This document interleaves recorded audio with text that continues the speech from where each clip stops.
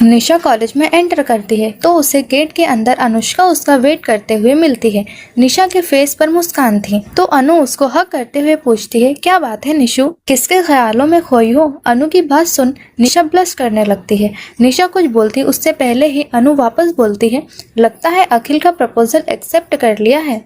अनु की बात सुन निशा जो इतनी देर से शर्म से लाल थी अचानक गुस्से से लाल हो जाती है। वह अनु को बोलती है, मैं तुझे सब बताऊंगी, तू चल मेरे साथ।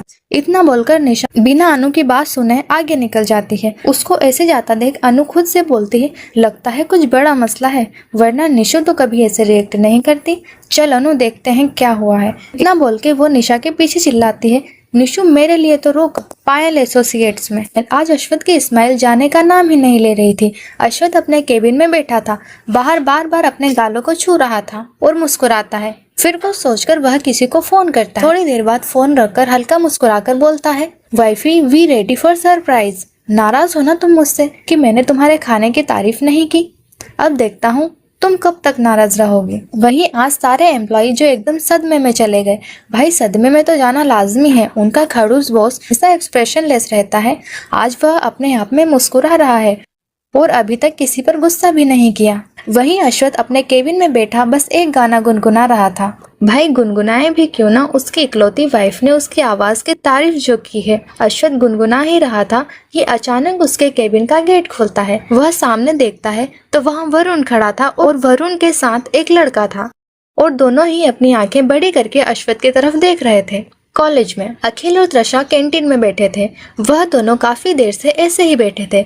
अखिल कुछ बोल नहीं रहा था, बस उसके चेहरे पर परेशानी दिख रही थी। आखिर में त्रिशा झुंझलाकर बोलती है, क्या बात है अखिल, इतनी देर से चुप बैठे हो और मुझे बोल रहे हो कि कुछ जरूरी काम है। ऐसा भी क्या काम है। त्रिशा की बात सुनकर अखिल बोलता है, निशा का ऑलरेडी बॉयफ्रेंड है। अखिल की बात सुनकर त्रिशा बोलती है, क्या तुम पागल तो नहीं हो गए। निशा का बॉयफ्रेंड होता तो मुझे पता होता और तुम ऐसे कैसे बोल सकते हो। त्रिशा की बात सुनकर अखिल ने सुबह जो देखा वह सब त्रिशा को बता देता है। अखिल की सारी बात सुनकर त्रिशा बोलती है, नहीं ऐसा नहीं हो सकता, वरना मेरा सारा प्लान फ्लॉप हो जाएगा। मुझे लगता है तुम्हें कोई गलतफहमी हुई है। निशा तो पिछले 2 हफ्तों में कंपनी के साथ बहुत बिजी है, वह तो कॉलेज भी नहीं आ रही, तुम्हें शायद वहम हुआ है। इतना बोलकर त्रिशा खुद को और अखिल को शांत करती है। त्रिशा मन में, नहीं ऐसे नहीं हो सकता, अगर ऐसा हुआ तो मुझे कोई प्रॉपर्टी नहीं मिलेगी। नहीं, मैं ऐसा नहीं होने दे सकती। अगर निशा तुम्हारा कोई बॉयफ्रेंड हुआ तो तुम्हें बेवकूफ़ बनाना मुश्किल होगा, कुछ तो करना पड़ेगा। अखिल अपने मन में, मैं तो त्रिशा को पसंद करता हूँ, तो मुझे निशा को किसी और के साथ देख के इतना बुरा क्यों लग रहा है। मैं तो उससे सिर्फ प्यार करने का नाटक कर रहा हूँ, मुझे कोई फर्क नहीं पड़ना चाहिए। वहीं दूसरी तरफ निशा और अनु कॉलेज के कैफेटेरियल में ही दूसरी तरफ बैठी थी। अनु पूछती है, मेरी माँ अब तो बता दे क्या चल रहा है तेरी जिंदगी में। इतना बोलकर वह अपने कॉफी पीने लगी। निशा अचानक बोलती है, अनु मेरी शादी हो गई है। निशा की बात सुन के अनु की सारी कॉफी बाहर आ जाती है और निशा उसकी पीठ रब करते हुए बोलती है, आराम से कि बच्ची, तेरी शादी हो गई, तूने मुझे बताना भी जरूर नहीं समझा। मैं इतनी पराई हो गई और तूने शादी किससे की है। अनु एक के बाद एक सवाल निशा से पूछती है। निशा बोलती है, तू मेरी बात तो सुन। निशा की बात सुनकर अनु चुप होती है और बोलती है, अच्छा अब बता। मैं कुछ नहीं बोलूंगी, मेरी शादी अश्वथ पायल से हुई है। निशा की बात सुनकर अनु जोर से चिल्लाती है, क्या। उसकी आंखें हैरानी से बड़ी हो जाती है। वह इतनी जोर से चिल्लाती है कि आसपास के लोग उसे घूरते हैं। निशा उसको चुप करवाती है। अनु निशा की बात सुनकर अपने आसपास देखती है तो सब उसकी तरफ देख रहे थे। फिर वह धीरे से बोलती है, क्या तूने सच में मिस्टर पायल से शादी की है। हाँ, क्यों, तू जानती है क्या अश्वथ को। निशा बोलती है, अरे पागल, अश्वथ को कौन नहीं जानता, एशिया का नंबर 1 बिजनेसमैन है। मैं तो उसकी बहुत बड़ी फैन हूँ। लड़कियां तो उनके ऊपर फिदा है। बहुत सारी एक्ट्रेस और मॉडल्स ने भी उनके साथ फ्लर्ट करने की कोशिश की, लेकिन मिस्टर पायल ने किसी को भाव नहीं दिया। और उनके बारे में तो ऐसा बोला जाता है कि वह बहुत क्रूएल घमंडी है, उन्हें लड़कियां पसंद नहीं। और उनके बारे में तो अफवाह भी है कि उन्हें लड़के पसंद हैं। अनु की बात सुनकर निशा अनु को ऐसे देखती है जैसे किसी अजूबे को देख रही है। निशा कुछ बोलने वाली थी कि तभी निशा के फोन पर एक मैसेज आया। मैसेज देखकर निशा के चेहरे पर एक शैतानी मुस्कान आ जाती है, जिसे हमारी अनु ने देख लिया था। तेरे दिमाग में क्या खुरापात चल रही है और तूने अचानक से शादी कैसे कर ली। अनु का सवाल सुनकर निशा अनु को शुरू से लेकर अब तक की सारी बातें बताती है। निशा की बात सुनकर अनु बोलती है, उस कमीने की इतनी हिम्मत, उसको तो मैं छोड़ूंगी नहीं। फिर कुछ सोचकर, तूने कुछ सोच रखा है ना? अनु की बात सुनकर निशा अनु को कुछ बताती है। निशा की बात सुन अनु बोलती है, ये हुई ना मेरे दोस्त वाली बात, अब मजा आएगा। थोड़ी देर बात करके निशा और अनु अपने लेक्चर के लिए चले जाते हैं। निशा को लो प्रोफाइल रखना पसंद है, इसलिए ज्यादा लोगों को ये पता नहीं कि निशा सिंघानिया फैमिली से बिलोंग करती है और वहीं अपनी कंपनी की सीईओ है। त्रिशा को भी ये बात नीति के कारण पता चली थी। दूसरी तरफ मेहरा इंडस्ट्रीज के इम्पोर्टेंट प्रोजेक्ट अचानक से उनके हाथ से चले गए और उनके ऑनगोइंग प्रोजेक्ट भी ज्यादातर बंद हो रहे थे।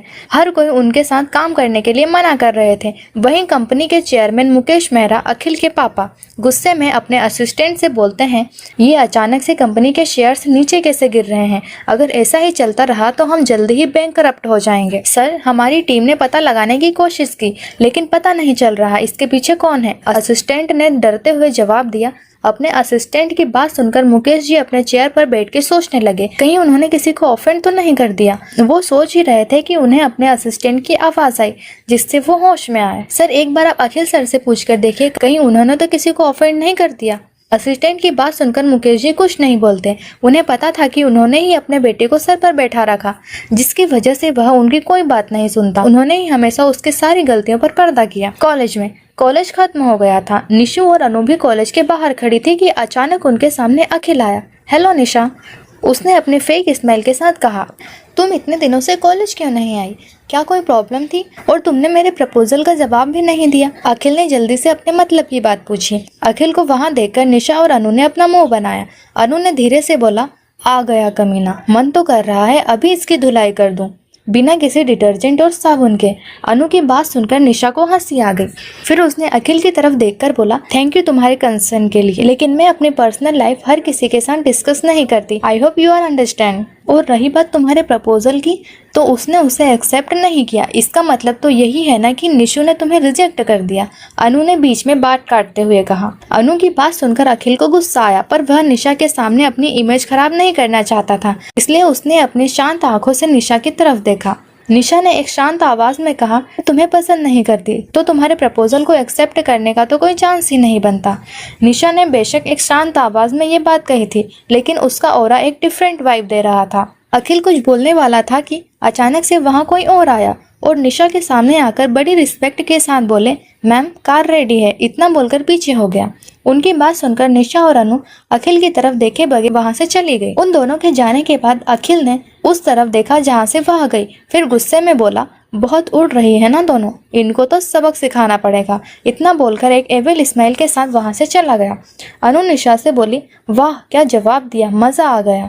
वह दोनों आपस में बातें करते हुए कार के पास पहुंचती है। अनु निशा को बाय बोलकर वहां से निकल जाती है। निशा कुछ देर अनु को देखती है, फिर खुद से बोलती है, पागल लड़की। फिर वह भी कार में बैठती है, लेकिन सामने देखकर उसकी आंखें हैरानी से बड़ी हो जाती है।